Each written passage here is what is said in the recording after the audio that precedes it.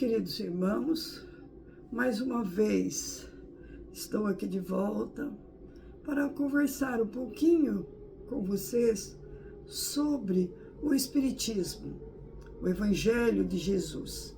No Evangelho, segundo o Espiritismo, estão explicadas as parábolas de Jesus, as falas de Jesus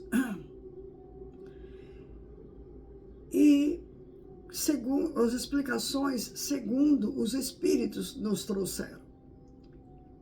Então hoje nós vamos falar do primeiro capítulo do Evangelho, que tem por título Eu não vim destruir a lei, que é uma fala de Jesus. Ele diz que não veio aqui na terra para destruir a lei, mas para dar cumprimento às leis divinas. Então, inicialmente, queria convidar a todos para fazermos uma oração. Eu vou dirigindo ao Senhor da vida as palavras e conto com a cooperação de todos, porque Jesus disse que onde tivesse 2 ou 3 reunidos em seu nome, ali ele estaria. Então vamos elevar nosso pensamento a Jesus, o nosso Senhor, orando coletivamente para que nós forneçamos energias uns para os outros através da graça desse Mestre Redentor.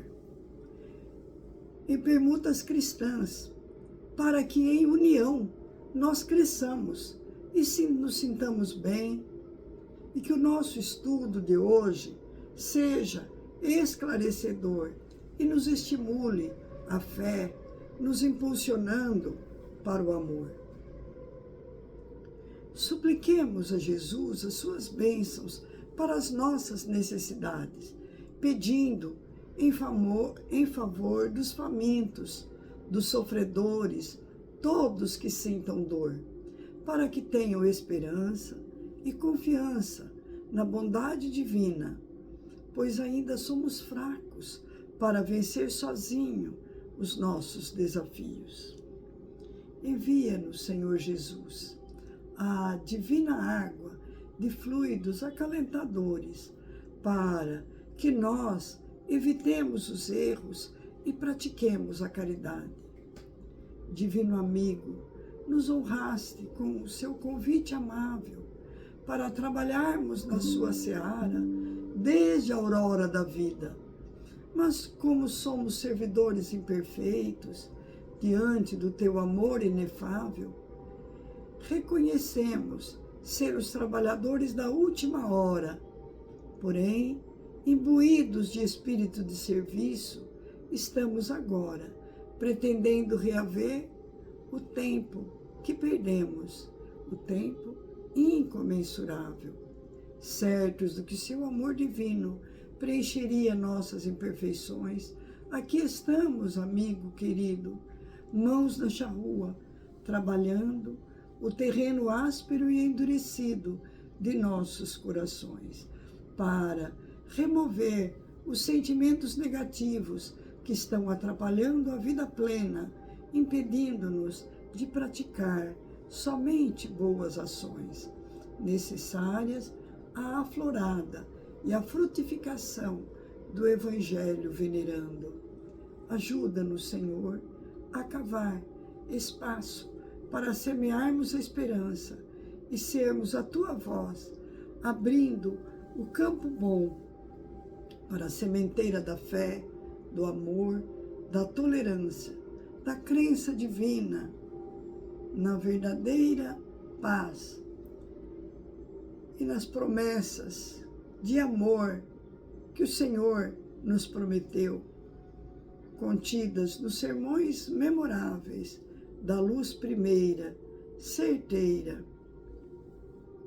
Meigo Rabi, fazemos essa prece com unção e humildade, com gratidão a Ti e a Deus, nosso Pai de bondade, aos mentores desta casa, Dr. Astolfo, nesse mês em que se comemora o seu aniversário.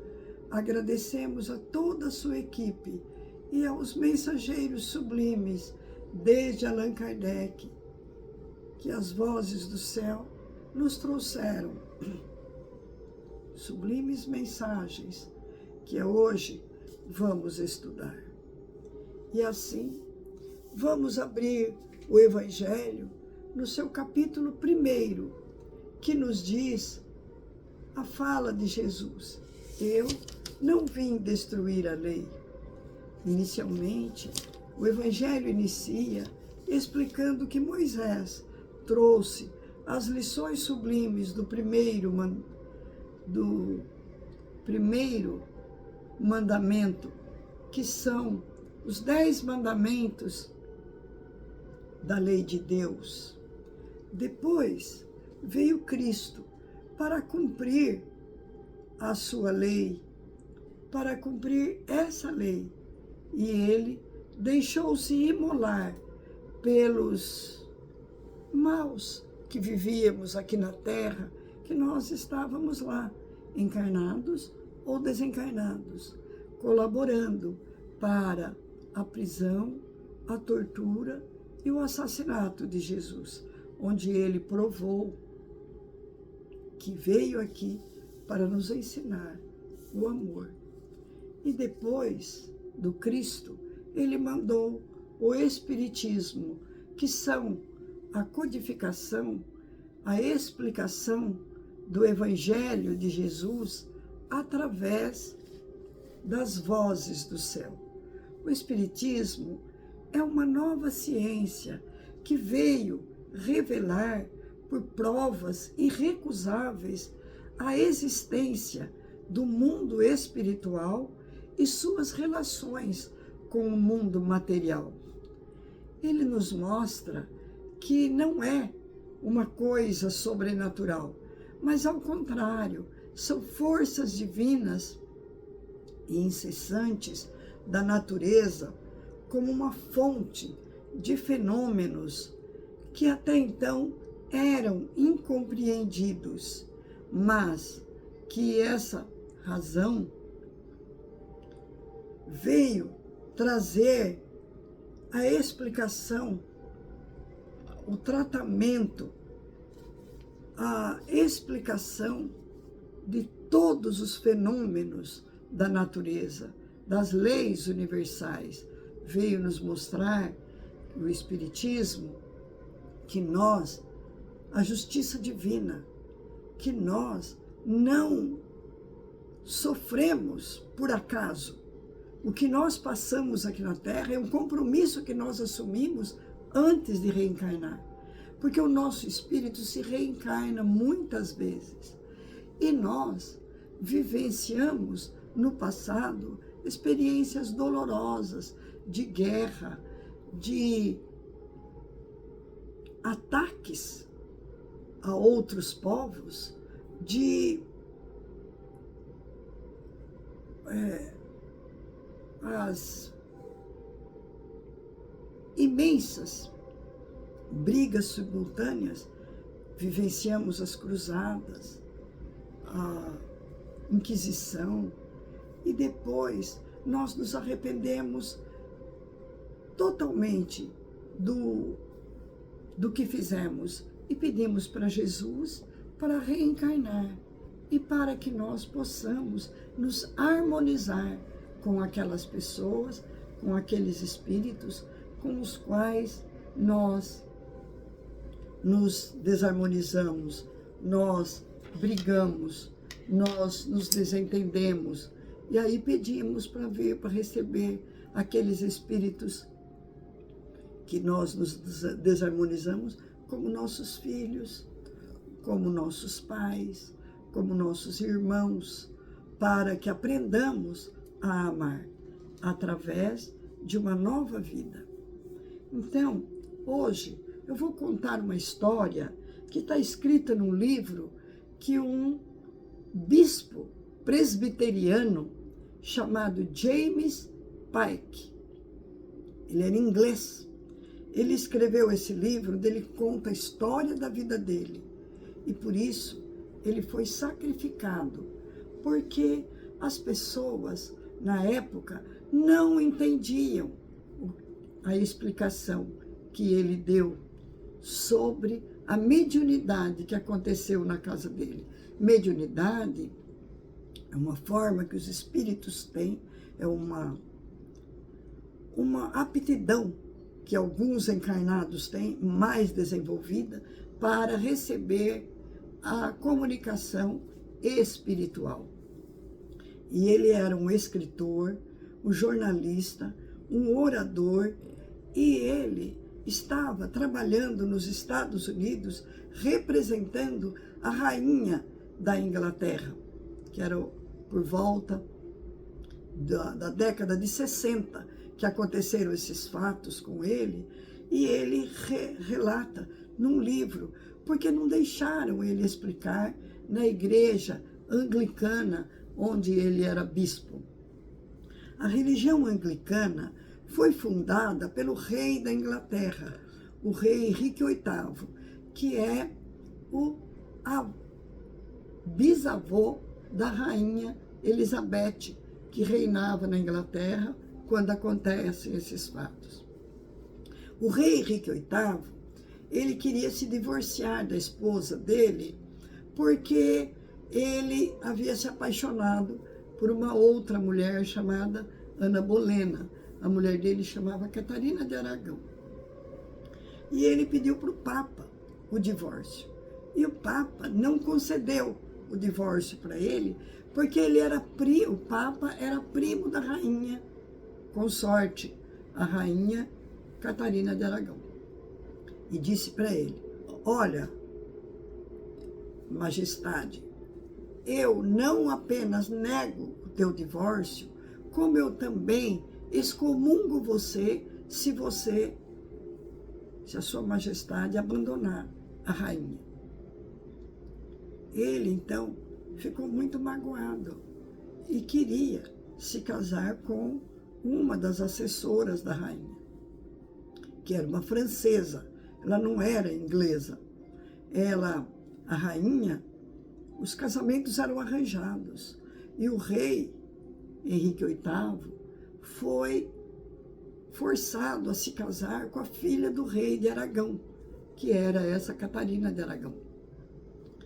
E ele não se apaixonou pela mulher dele. E eles viviam uma vida sem amor. Então ela, na tentativa de conquistar o marido, ela pediu para a rainha da França que mandasse algumas assessoras para arrumar o cabelo, a maquiagem, costurar os vestidos dela, para ela ficar mais bonita, enfeitá-la com brincos, pulseiras, colares trazidos da França, porque ela gostaria de conquistar o seu marido. Ela se casou, ela queria conquistar. E a rainha da França mandou, então, duas irmãs, Ana Bolena e Maria Bolena, porque essas duas irmãs, além de serem verdadeiras artistas, que sabiam fazer maquiagem, pintura, sabiam bordar os vestidos, elas eram muito bonitas. E a rainha da França pensou: meu marido pode se apaixonar por elas. Então mandou para a Inglaterra. E a rainha Catarina de Aragão, então, pensou que com essas duas auxiliares, ela ia conseguir se alindar, se tornar mais bonita e assim conquistar o marido. Ao invés do marido ser conquistado pela própria esposa, ele se apaixona pelas duas irmãs, a Maria Bolena e a Ana Bolena, as duas francesas. E aí ele quer casar, ele quer tê-las como amantes. A Maria Bolena aceita ser amante, mas a Ana Bolena não. Falou: não, eu só vou conviver intimamente com o senhor se o senhor se casar comigo. Só se eu for a rainha. Aí o rei estava apaixonado, pediu o divórcio, o Papa negou o divórcio, e aí ele fundou essa religião anglicana, que é uma religião baseada na Igreja Católica e na igreja evangélica. Misturou as duas e não nomeou o Papa. O diretor da igreja seria o rei. Aí ele próprio anulou o seu casamento e nomeou os bispos, e um deles fez o casamento dele com a Ana Bolena, e ele repudiou a esposa. Ela lutou muito, a esposa fez passeata, pediu que não podia repudiar a rainha, mas mesmo assim ele não voltou atrás. Casou-se com a Ana Bolena e o reinado da Inglaterra passou a ser anglicano, deixou de ser católico. E nesse ano de 1960, esse bispo, James Pike, é nomeado pela rainha para vir representar a igreja anglicana e a rainha na Califórnia, nos Estados Unidos. Ele, então, era o bispo da maior igreja de São Francisco, da Califórnia. Ele era casado e tinha um filho, que se chamava Tim. E ele adorava o filho. Veio morar na Califórnia, na cidade de São Francisco. E dava toda a atenção à esposa, ao filho, mas ele tinha muitos compromissos na igreja anglicana, como bispo que era. E aí, ele, quando o filho tinha 15 anos, a escola em que ele estudava era uma escola anglicana, ali na cidade de São Francisco, na Califórnia. A escola organizou uma excursão de estudos com os alunos do colegial e levou, eu não sei como que chama colegial lá nos Estados Unidos, eu não lembro. Aí ele levou, os professores levaram os meninos e as meninas para um acampamento, 100 quilômetros de São Francisco, numa fazenda, onde eles iam aprender geografia, biologia, plantação, e aprender as coisas que acontecem na fazenda. E quando viajaram na sexta-feira, no domingo, pela madrugada, na madrugada de sábado para domingo, o Dr. James Pike, o bispo, recebe um telefonema do chefe do campi, pedindo que ele fosse imediatamente lá buscar o filho, porque o filho era usuário de drogas. Ele ficou muito assustado. Como? Meu filho, usuário de drogas, nunca fumou, nunca bebeu.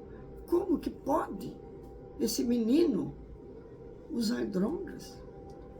E pegou o carro imediatamente, partiu para lá. Chegou lá, amanhecendo o dia, o filho pegou o filho, botou no carro, pediu 1000 desculpas, que ele não sabia que o filho tinha esses hábitos.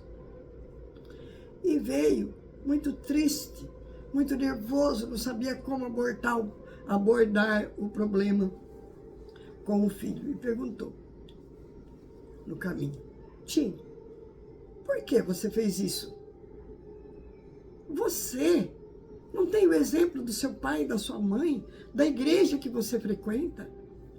Ele falou: papai, o senhor acha que eu sou usuário de drogas? Olha para mim, eu nunca usei droga. Lá no camping, os coleguinhas começaram a fumar um baseado e eu não queria pegar.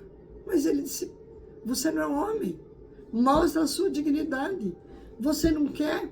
Como eu nunca tinha usado, eu comecei a usar o cigarro que eles me deram e passei mal.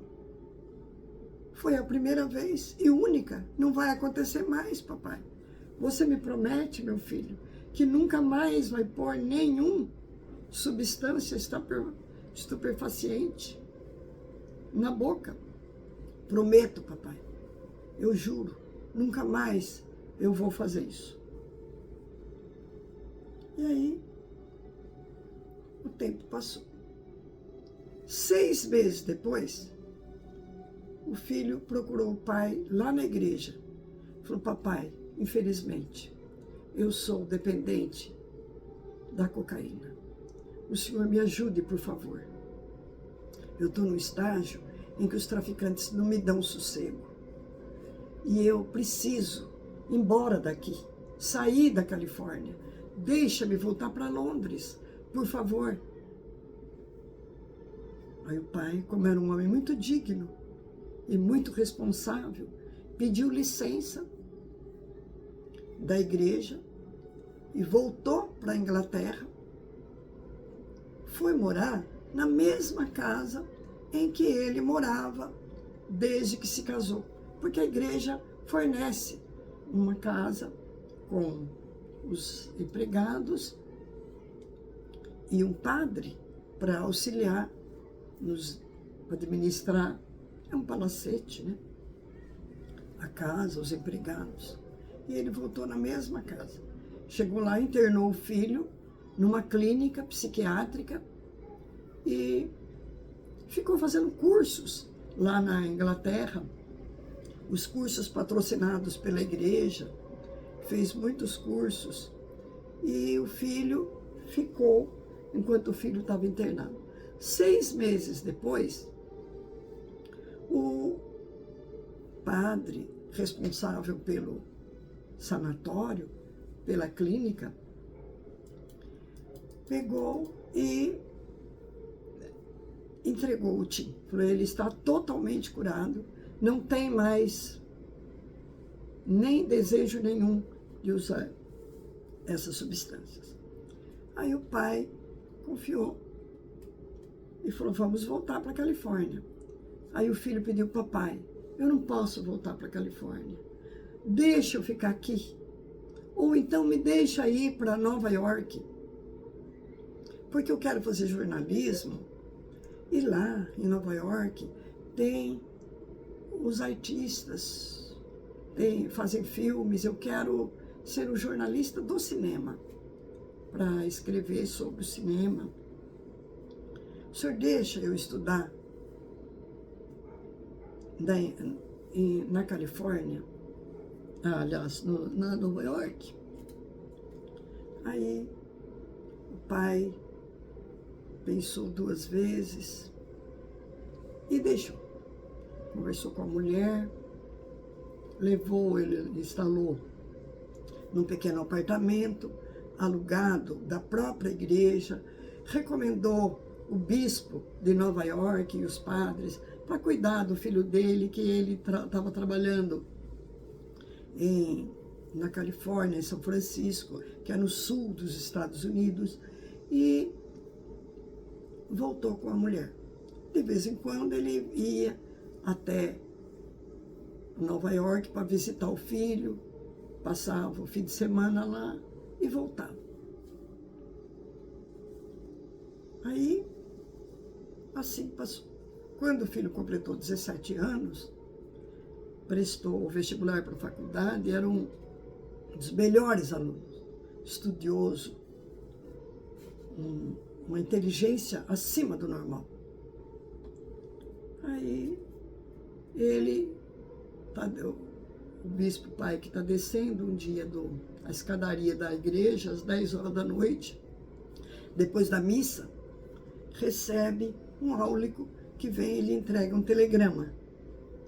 Ele abre o telegrama, teve um choque. Era do bispo de Nova York, dizendo: pai, que venha imediatamente. Tim, seu filho, se suicidou. Ele teve um baque, quase caiu no chão. Meu filho suicidou-se. Por quê, meu Deus? Eu dei tudo para esse menino. Por quê? Será que ele tinha alguma problemática que não me contou? De família não é, porque ele era profundamente amado. Algum amor frustrado com 17 anos? Meu Deus, começou a tremer. O padre que estava com ele Falou, não, o senhor não tem condição de dirigir. O que tinha nesse telegrama? Eu levo o senhor até em casa. Falou, não, minha casa é pertinho. Eu vou com 4 quarteirões. Eu preciso pegar minha mulher e ir para Nova York, meu filho morreu. Aí, chegando em casa, contou para a mulher desatou a chorar, falou, pelo amor de Deus, vamos embora. Tim suicidou-se. Foram, pegaram um avião, partiram aquela noite mesmo para Nova York. Chegando lá, foram recebidos pelos padres, pelos bispos, pelo bispo de Nova York. Foram levados até a câmara mortuária, onde estava sendo velado o corpo do menino. E ele ficou olhando para o cadáver do filho e pensava, e agora? Será que ele vai para o céu? Para o céu não pode ir. Ele suicidou-se. Ele cometeu um crime imperdoável. A minha igreja ensina que ele vai para o inferno. Mas será que Deus vai mandar meu filho para o inferno? Meu filho é um bom filho. Um menino amoroso, carinhoso, estudioso. Será que ele foi para o inferno?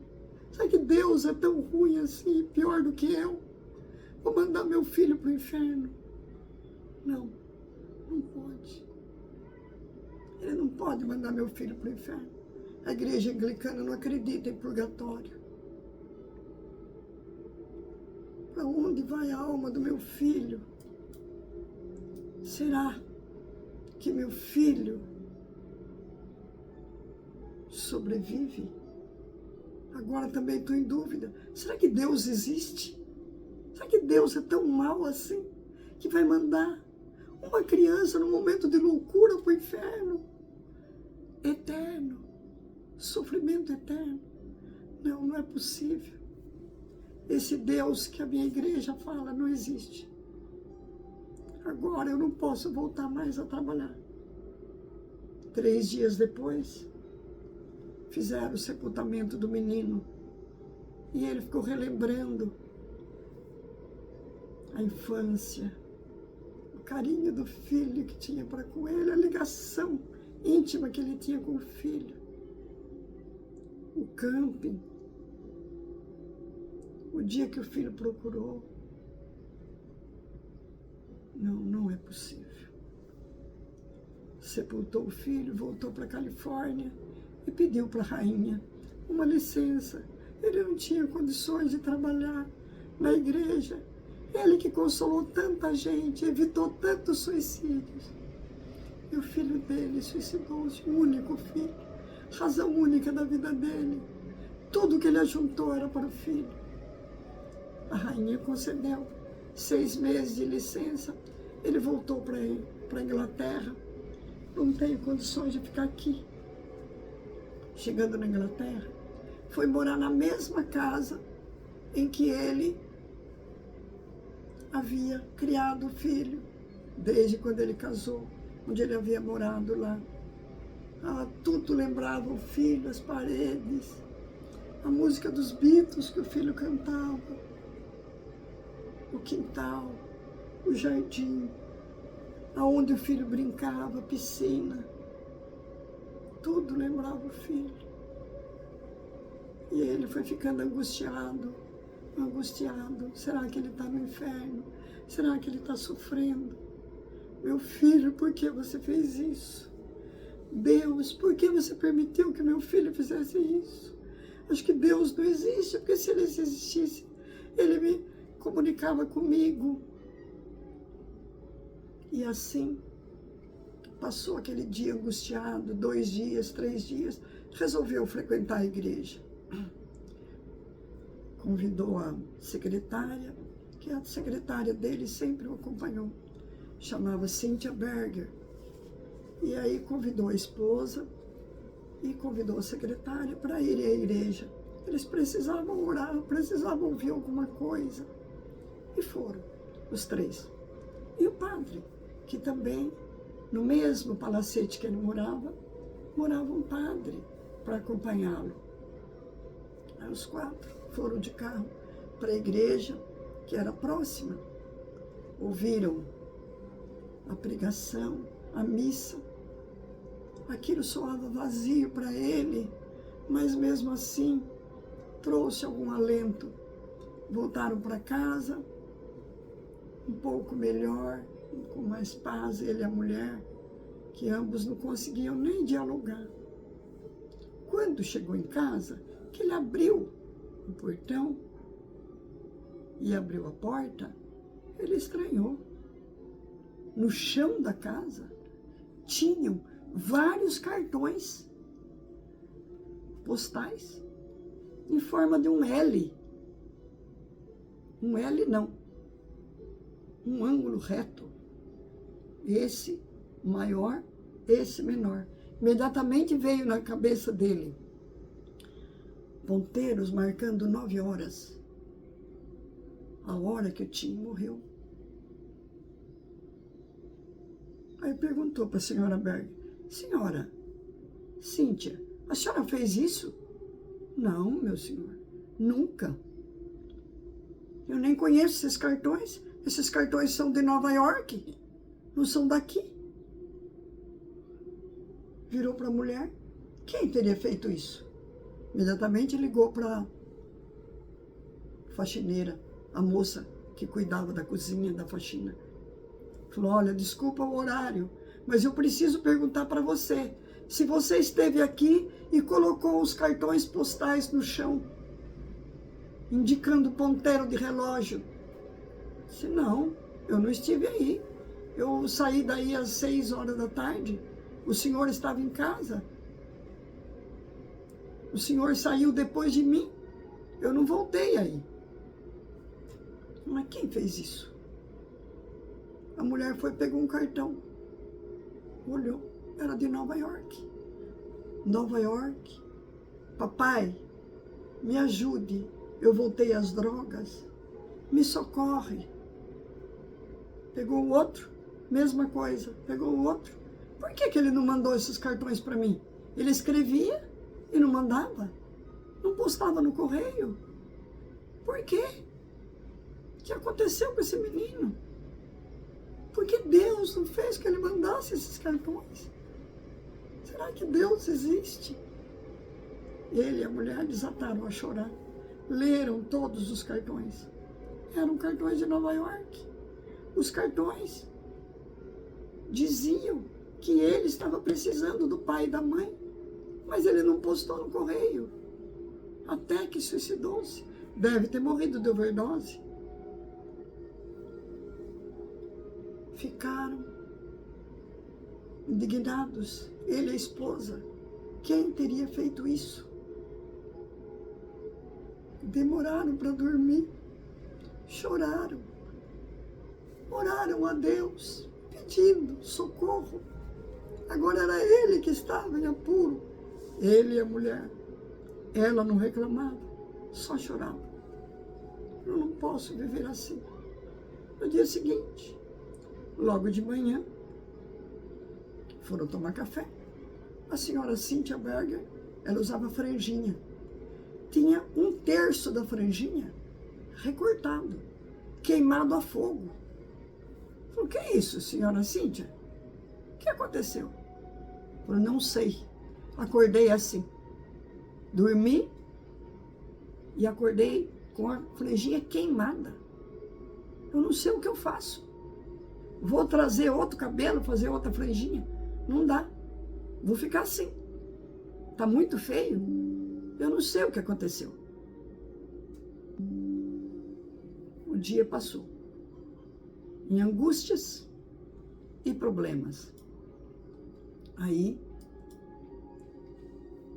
chegando à noite, choraram juntos, foram dormir. O padre ficou indignado. O que é isso, meu Deus? A senhora Berger falou: deve ser Satanás. Porque nós temos o malveso de pensar que tudo que acontece é o Satanás. Tudo que nos acontece é o Satanás. É Satanás na minha casa? O que é isso? Passou no dia seguinte, quando acordou. Já tinha 2/3 da franjinha dela queimado, só tinha 1/3. Mas o que é isso?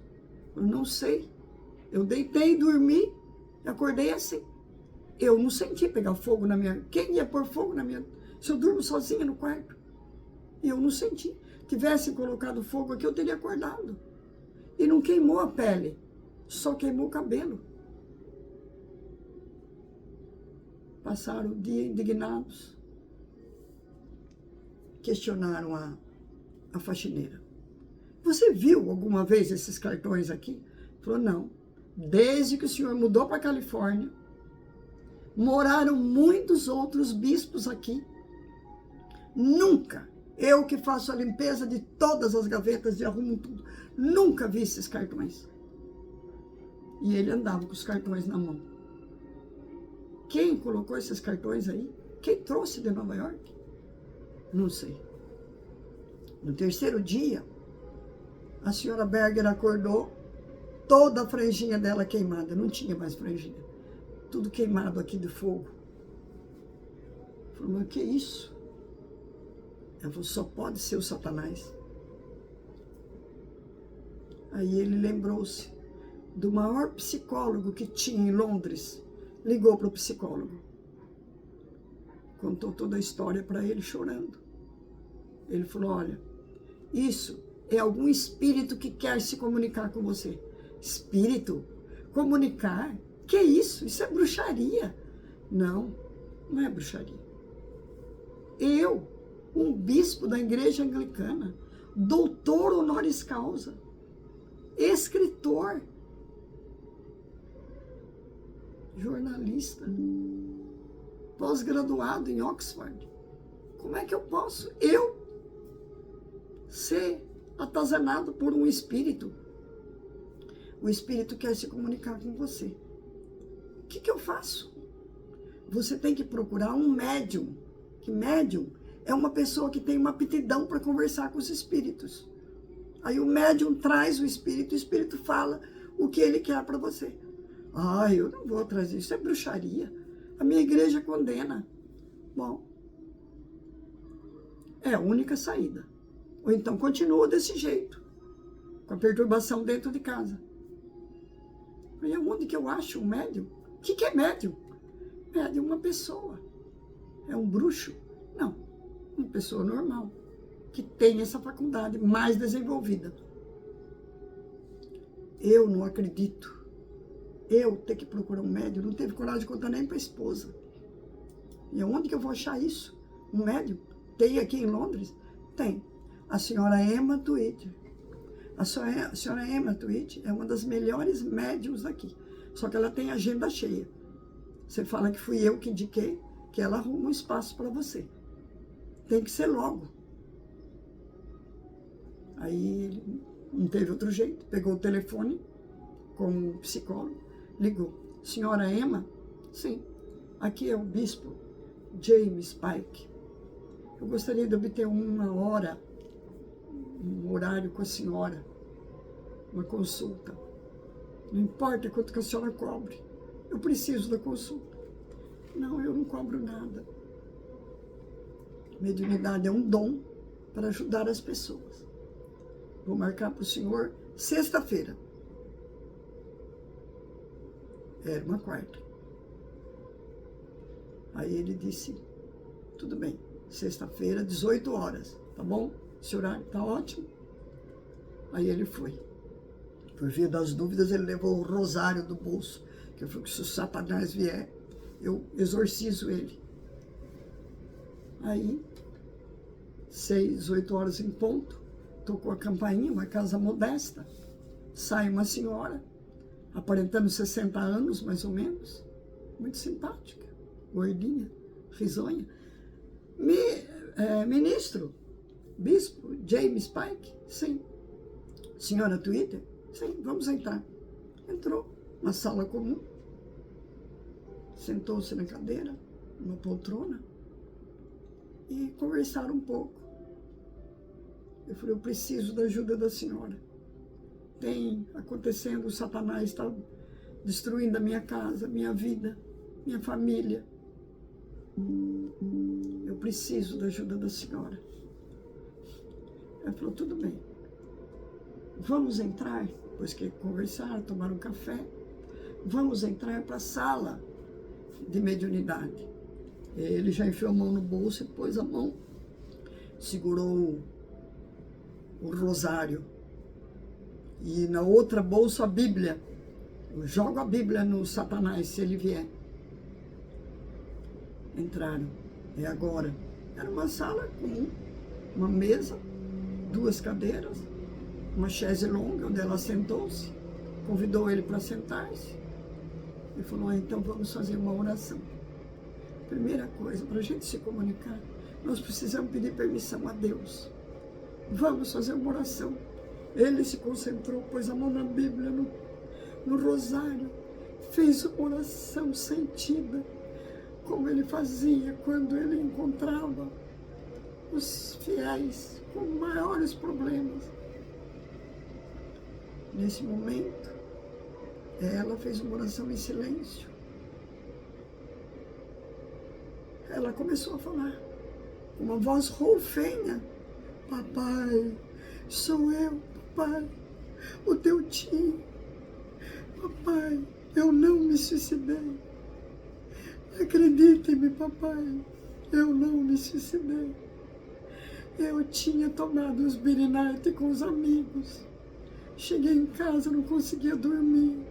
Eu tinha prova no dia seguinte, papai. Então eu tomei um remédio para dormir, mas não dormi. Tomei outro. E a overdose me matou, eu estava fraco. Eu matei o meu corpo, papai, mas eu continuo vivo. Eu amo o Senhor, papai. Diga para a mamãe que eu a amo também. E falou uma série de coisas. Ele abriu os olhos. O rosto dela estava modificado. Parecia um rosto cadavérico. Falei, papai, eu estou aqui do meu lado. Quem me trouxe? Foi o filósofo fulano de tal, que era seu amigo, que o senhor conhece. Ele quer também falar com o senhor. E depois, ele não conseguia articular a palavra. Ele não conseguia pensar. Quando o rosto da mulher se transformou, tomou uma postura séria e disse assim, James, lembra-se de mim? Eu sou fulano. Primeiramente, quero agradecê-lo pela biografia primorosa que o senhor fez de mim.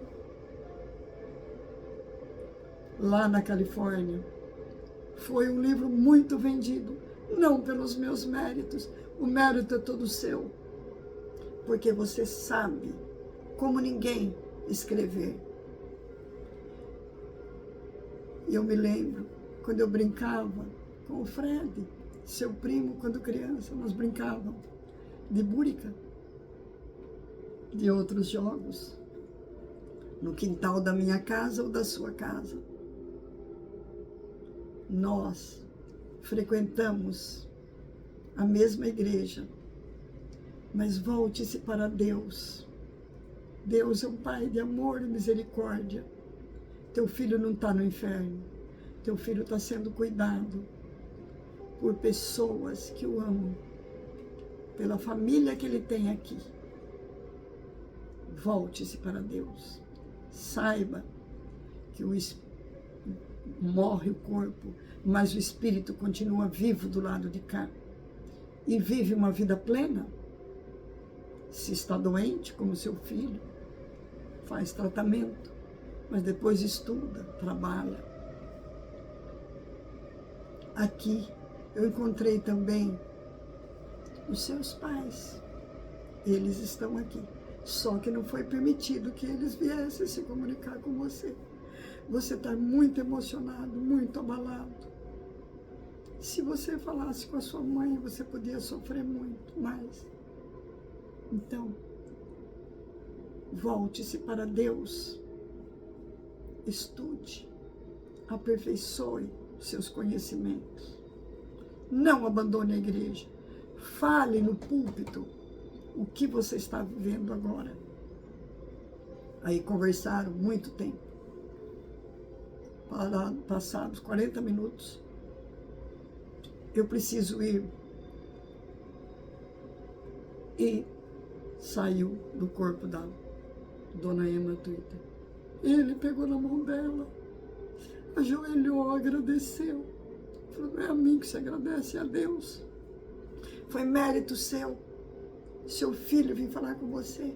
É muito mérito. Geralmente, a gente pede. O Espírito só vem se comunicar com os pais 1 ano depois, quando ele já está recuperado. Mas seu filho veio porque era mérito seu. E além disso, você recebeu o maior filósofo da Inglaterra de todos os tempos.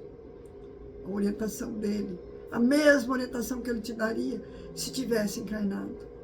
Aí ele falou, Dona Ema, eu posso voltar, trazer minha esposa? Claro, eu vou marcar um horário e você volta. Aí ela explicou para ele que o Espiritismo, que Allan Kardec codificou o Espiritismo e definiu o Espiritismo como sendo uma ciência que estuda a origem, a natureza e o destino dos espíritos e as relações que existem entre o mundo corporal e o mundo espiritual. É uma ciência experimental, cujo laboratório tem recursos próprios, que é a mediunidade, que é essa aptidão que nós temos de comunicar com os espíritos. O Senhor tem mediunidade, só que ela não está desenvolvida como a minha. Por isso que seu filho pôde fazer todas aquelas estripulias na sua casa. Ele não sabia como se comunicar. Ele agiu daquela maneira. E o Espiritismo tem um laboratório próprio, que é a mediunidade, onde se faz as pesquisas, comprovadas com fatos. Mas é uma ciência que tem uma proposta filosófica. Ela se estrutura em 6 itens básicos, que é a crença em Deus, Deus de amor e justiça, a crença na imortalidade da alma, só morre o corpo, a alma continua viva e passa a chamar espírito. A crença na comunicabilidade dos espíritos. Os espíritos podem vir e se comunicar com os homens. A crença na reencarnação. Nós voltamos várias vezes com vários corpos aqui na Terra. A crença na pluralidade dos mundos. Não existe só a Terra. Os mundos que estão no universo são todos habitados por espíritos que se reencarnam lá. A crença no Evangelho de Jesus. O Evangelho, segundo o Espiritismo, onde então está explicado as lições evangélicas de uma maneira clara, didática. Então, esses 6 postulados são os postulados da doutrina espírita. Vá e pregue isso na sua igreja. Ele voltou 10 vezes nessa médium para receber orientação dos espíritos. E começou a pregar na igreja. Contou a história na igreja. Relatou os fatos. Trouxe mensagens psicografadas do filho, do pai dele e do filósofo, que era amigo dele. Mostrou para os fiéis. E alguns padres se incomodaram com isso. Acharam que ele estava desvirtuando a igreja anglicana. E como pode dizer que a pessoa reencarna? Então a rainha da Inglaterra pode se reencarnar como um servo? Como um morador, um trabalhador braçal? E um trabalhador braçal pode reencarnar como filho do rei? Não. Um negro, um escravo, pode reencarnar como branco? E um branco pode reencarnar como negro? Não, não, não. Isso não pode existir. Aí começaram então a publicar nos jornais da Califórnia que o bispo Pike perdeu o único filho e havia ficado louco. Perdeu o senso da razão e estava ensinando bobagens para os fiéis. E tanto fizeram que pediram para que ele se afastasse da Califórnia. Ele então foi chamado pela rainha da Inglaterra a morar em Londres e fazer novos estudos, novas pesquisas. E assim ele continuou. Tudo isso ele conta no livro The Other Side, isto é, o outro lado da vida, o outro lado do entendimento da nossa existência. E aí tinha um congresso em Israel. Ele foi então enviado para Israel, representando a rainha. Ele foi, o congresso durou uma semana, ele visitou todos os lugares onde Jesus estava, onde Jesus esteve. E quando foi um dia antes de vir embora, ele falou para a mulher: eu gostaria de conhecer o deserto de Negueb, que é um deserto onde Jesus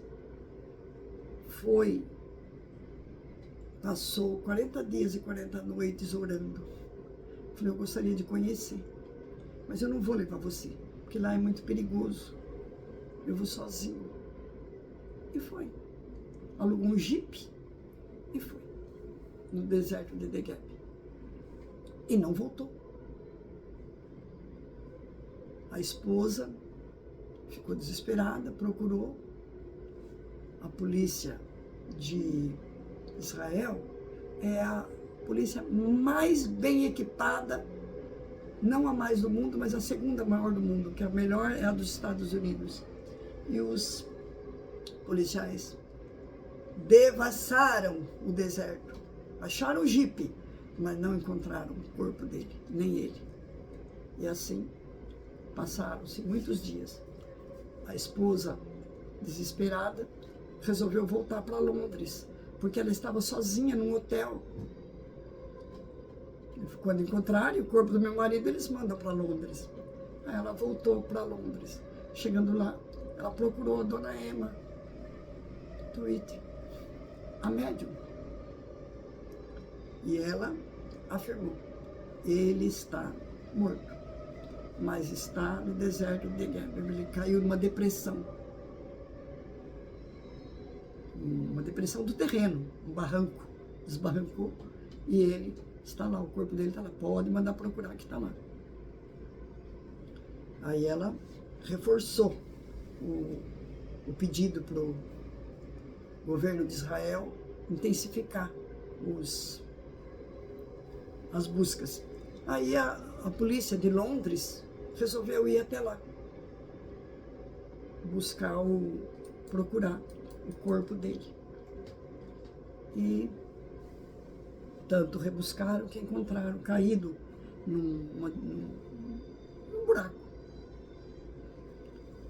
E tiraram o corpo de lá, mandaram para Londres, ela sepultou.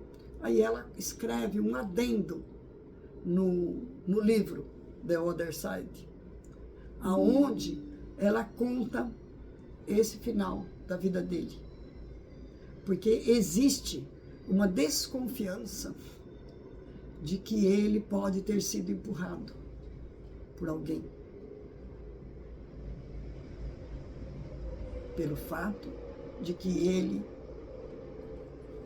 ensinava os postulados da doutrina espírita na igreja anglicana. Existe essa suspeita, mas não tem nenhuma prova. Só quando ele voltasse para contar como foi o desencarne dele. Então, nós estamos aqui na Terra, estamos para os espíritos como os animais estão para nós. Constantemente ajudados, perseguidos, cuidados ou maltratados, como são os animais. Muitos animais não estão perdidos pela rua e os outros apedrejam, e muitos não são tratados com todo carinho. Tem um tratamento VIP. Assim somos nós, que somos cuidados ou maltratados pelos espíritos. Tudo que nós fazemos depende dos espíritos. Eles estão conosco 24 horas por dia, todos os minutos. Nós não estamos nenhum minuto sozinhos, nenhum. E nós passamos pelo que nós planejamos lá na vida espiritual. Antes de reencarnar, a gente vem com um propósito, com um projeto divino que nós assinamos, autorizado por Jesus, que é o governador do planeta, e por Deus, que é o nosso Pai. E nós vemos o nosso passado, percebemos o quanto de mal nós fazemos e assinamos um contrato. Eu quero aprender a ser bom.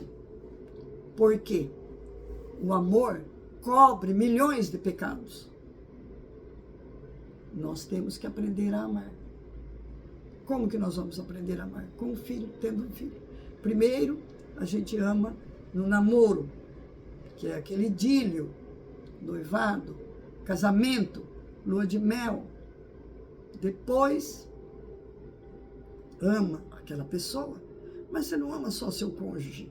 Você ama também a família dele, os amigos dele, assim como ele ama os amigos, os parentes da esposa. Depois tem o filho. O filho nasce parecido com a mãe, parecido com o pai. Coisinha mais linda, pequenininho, totalmente dependente.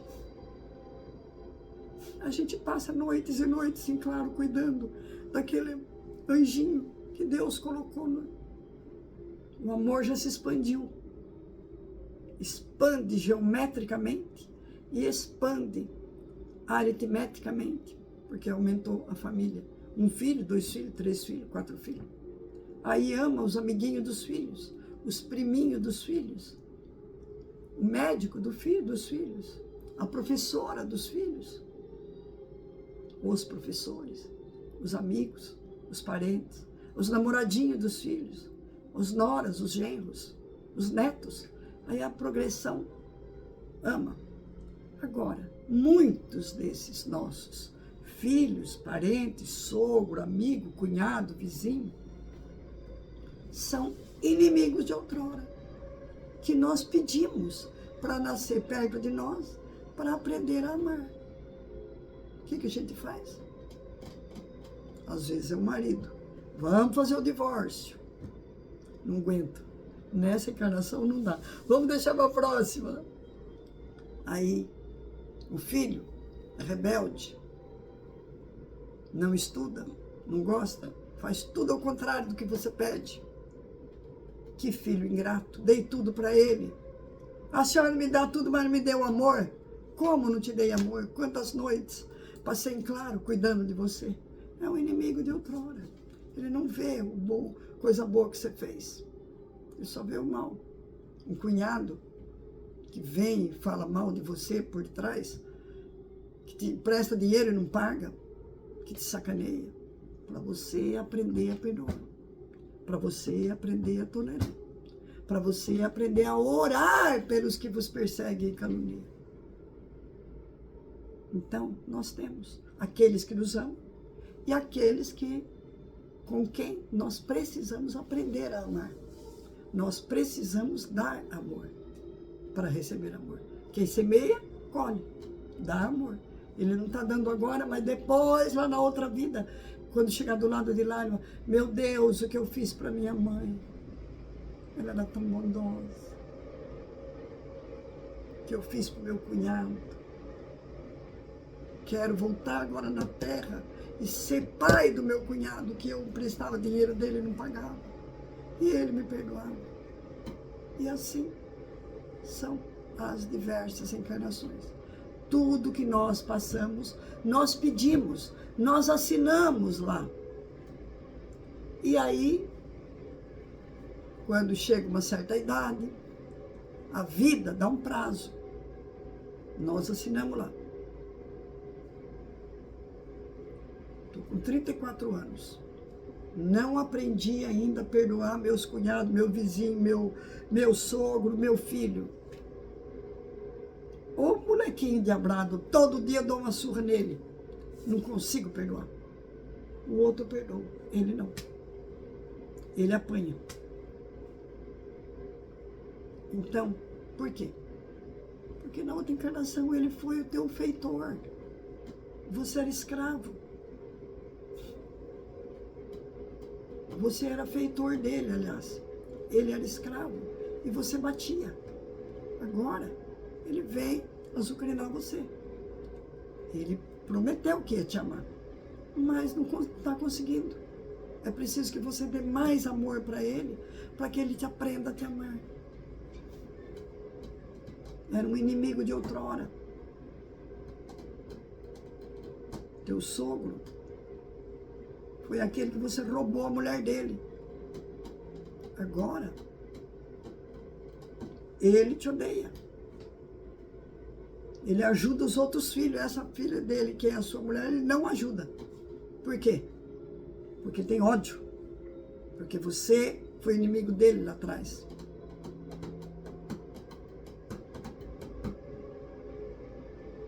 Então, é assim a vida. Nessa encarnação não deu. Mas na próxima, eu vou adquirir forças para na próxima eu aprender. Vá, desencarna, fica lá do lado de lá. 50 anos trabalhando para aprender a amar o próximo. Encontra com aqueles desafetos. Lá não briga, porque estão todos ajudando, todos trabalhando. Eu quero renascer para eu aprender a amar aqueles que eu odiei, aqueles que eu prejudiquei, aqueles que eu maltratei, aqueles que eu matei. Então, é assim. O Espiritismo é o único filosofia que nos ensina a educar nossos filhos. Porque não adianta falar para o filho que você vai para o inferno. Porque o inferno não existe. E ele sabe que Deus não vai mandar um filho dele para o inferno. É o único que nos ensina a combater o egoísmo do nosso filho. Ao invés de cobrir ele de presente, falar, não, eu vou te dar esse presente que você pediu, mas você vai ter que dar esse aqui para uma criança pobre. Ah, não, esse eu não dou. Então eu não dou também o que você quer. Pai, mas é tão baratinho o que eu estou pedindo para o senhor. Sim, é barato, mas você vai escolher um e vai doar. Você já tem muitos. Senão eu não dou. Eu vou pegar e vou dar para uma criança pobre, que não tem nenhum brinquedo, que nunca teve um brinquedo. Porque eu fui uma criança que nunca tive um brinquedo. Minha mãe e meu pai jamais deram brinquedo ou presente de aniversário. Eles tiveram 12 filhos. Meu pai fez uma vila dos pobres, fez um asilo de velhos, matava todo mês uma novilha e distribuía carne para os pobres. E não dava presente, nem bolo, nem nada de aniversário para os filhos. Minha mãe vinha e falava assim, você vai fazer aniversário esse mês. Hoje é dia 1º, você faz aniversário dia 13. Até o dia 13 você vai guardar a tua mesada. Meu pai dava um dinheirinho para comprar o lanche. O lanche na escola era pago, no tempo da ditadura militar. E a gente tinha que pagar. E aí meu pai me dava R$1 que eu comprava um pão doce, recheado de coco. Eu comia todo dia. Aí não podia comer. O que eu tinha que fazer? Tinha que pegar, gastar só 50 centavos. Guardava 50 centavos. No dia do meu aniversário, eu ia comprar uma rosca, um pão, um frango no açougue, levar para um pobre. Você ganhou 1 ano de vida, você vai doar alguma coisa sua para os pobres. E quando a gente era pequenininha, que eu não me lembro, Mas quando eu era pequenininha, tinha 1, 2, 3 anos de idade, não tinha mesada, não tinha escola, não guardava dinheiro, não podia ir comprar. O que nós fazíamos? As irmãs mais velhas, que nós éramos em 12, ia na máquina da minha mãe, costurava um saquinho, que não existia saquinho de papel, desse sacolinha de supermercado, não existia nada disso. Costurava saquinho, nós colhíamos no quintal limão, abacate, abacaxi, laranja, levava na sorveteria, trocava por pirulito, bala, chiclete. E aí minha irmã punha no saquinho, amarrava uma tirinha, fazia 8, 10 saquinhos. É seu aniversário, você vai levar lá na favela, na Vila dos Pobres, para as crianças. A gente ia lá levar. A irmã mais velha ia junto. É ela que tem que dar, é seu aniversário. Às vezes eu comprava e falava, mãe, é aqui, ó. Não, é você que tem que ir. Chegava lá, ia na casa do ceguinho, do aleijado. Não dá festa, tem que dar. Você ganhou um ano de vida, você tem que doar. E pensa que nós deixamos de ser egoístas? Não deixamos. Mas a semente que a minha mãe semeou, morreu? Não. Ela vai frutificar. Não frutificou nessa vida, mas vai frutificar na outra, na próxima. É a semente que caiu nos espinheiros do orgulho, do egoísmo, da vaidade. Eu faço igual a minha mãe? Não faço. Ninguém faz. Nenhum dos meus irmãos não faz. Eu gasto um dinheirão a dar presente para as crianças. E não aprendi com a minha mãe. Mas deveria ter aprendido pelo exemplo. Porque o exemplo é esse. Meus irmãos falaram assim, nossa, quando eu era, tem até um irmão que escreveu uma poesia, quando eu era criança eu sonhava ter um caminhãozinho de madeira que o marceneiro fazia com retalho de madeira, e meu pai não comprava. Também, coitado, com 12 filhos, como ele ia comprar? Aí eu falei, Célio, falei pro meu irmão, o pai e a mãe estavam ensinando a gente a deixar de ser egoísta. Depois que eu casei, minha mulher tinha esses hábitos, a gente faz a festa do aniversário dos nossos filhos, compra bolo, compra presente, eles ficam tão felizes. Pois é, Célio, eles ficam felizes, mas você incentivou o egoísmo deles. Para ele ficar feliz, ele tem que receber amor. Que eu era mocinha, meu pai ainda me pegava no colo. Eu fazia um jardim, sempre gostei de planta. E a gente morava numa casa que tinha galinha, gato, tinha tudo. Meu pai cercou a frente da casa assim com tela para eu plantar minhas plantinhas. Aí eu plantava.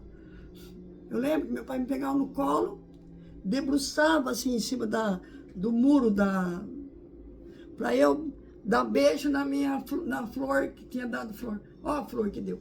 Eu era mocinha. Isso é amor. Coisa que todo pai faz? Não. Cria lá. Pajem, babá que cuida. Nós trabalhávamos desde pequenininha. Trabalhava. Tinha que trabalhar.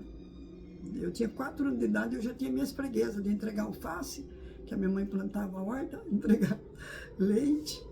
Eu levava a garrafinha de Guaraná, porque eu não tinha força para carregar a garrafa maior. Levava para as vizinhas. Tinha que trabalhar. Trabalhar para saber quanto custa ganhar. Por isso que hoje eu estou bem de vida, porque trabalhei. Nós temos que ensinar para os filhos a trabalhar, a estudar, construir a vida material, mas ensiná-los que eles são responsáveis pelos seus atos. Meu pai e minha mãe faziam evangelho no lar todo dia. Desde 4 anos eu me lembro que eu sentava na mesa para fazer evangelho no lar. E ensinava. Você tem uma alma imortal. E você vai responder por tudo que você faz. Você faz as coisas escondidas do pai e da mãe. Porque o pai e a mãe não vê tudo. O professor não vê tudo. Você briga, você se desentende, você vai responder lá. tua alma é imortal. Você vai se arrepender do lado de lá. Não é para o céu, para o inferno. Você vai ter clareza do erro que você praticou. O Espiritismo é a única religião que ensina a educar os filhos para a espiritualidade maior. Para ter amor ao próximo. Para dividir aquilo que você tem. Para não fazer todas as vontades. Então, como já falei bastante, já falei demais, vou fazer uma pequenina vibração e depois fazer a prece de agradecimento. Então vamos vibrar, lembrando que vibrar não é pedir. Vibrar é doar nossos sentimentos, nossos pensamentos, nossos fluidos mais qualificados em favor do nosso próximo. Vibremos pela paz do mundo e no Brasil. Vamos mentalizar o globo terrestre todo iluminado e que essa luz possa envolver e abençoar todos os espíritos ligados ao nosso planeta, encarnados e desencarnados, também a nossa mãe natureza e os animaizinhos. Vamos vibrar pelos dirigentes de todas as nações, de todas as instituições, de todos os hospitais, de todas as escolas, de todos os corações, de todas as religiões, para que todos sejam realmente auxiliares de Jesus. Vamos vibrar por todos os doentes do corpo ou da alma, especialmente aqueles que conhecemos em particular. Vamos vibrar por todos os assistidos desta casa, da casa Dr. Astolfo, e por todos os trabalhadores desta casa, encarnados e desencarnados, e os assistidos encarnados e desencarnados, para que todos recebam a corrente médica do espaço para realizar o restabelecimento da sua saúde física, moral e espiritual. Porque não é porque é trabalhador daqui que também não tem os seus perrengues, não precise da bênção divina, da visita dos médicos do espaço. Vamos vibrar pela nossa família, mentalizando muita luz, envolvendo todos os membros da nossa família, em muita luz, em muita paz, em muito amor, em muita esperança, em muita união. Vamos vibrar pelo nosso lar, mentalizando a luz que emana do coração de Jesus, invadindo todos os cômodos do nosso lar, fazendo uma limpeza enérgica em todos os cantinhos, para que sejam queimadas todas as vibrações negativas, as formas de pensamento que a nossa vigilância fez produzir no recinto. Vamos vibrar por esta casa de amor e caridade, a casa do Dr. Astolfo, para que ela prospere, para que ela cresça, para que ela consiga atender a todos os necessitados que aqui aportam. E vamos vibrar por nós mesmos, para que possamos aprender as sábias lições de Jesus, ensinadas pelo Evangelho e pelo Espiritismo.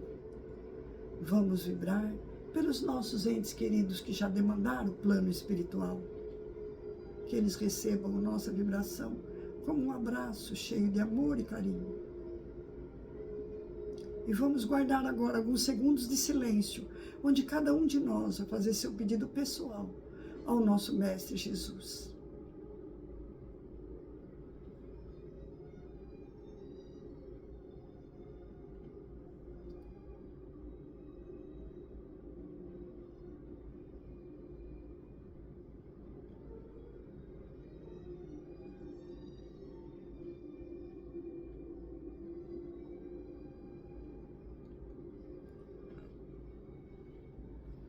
E assim, com o pensamento ligado a Deus, vamos fortalecer a nossa ligação com Jesus, para dizer a Ele: Senhor, nós queremos agradecer pelo dom da vida, agradecer a Deus que nos deu esta vida bela e consentida.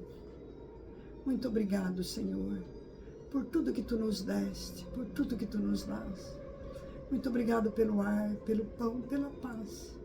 Muito obrigada pela beleza que os nossos olhos contemplam na natureza. Muito obrigado, Senhor, pelos ouvidos meus, que foram dados por Ti, meu Deus. Diante da minha visão, da minha audição, eu detecto os que não podem ouvir.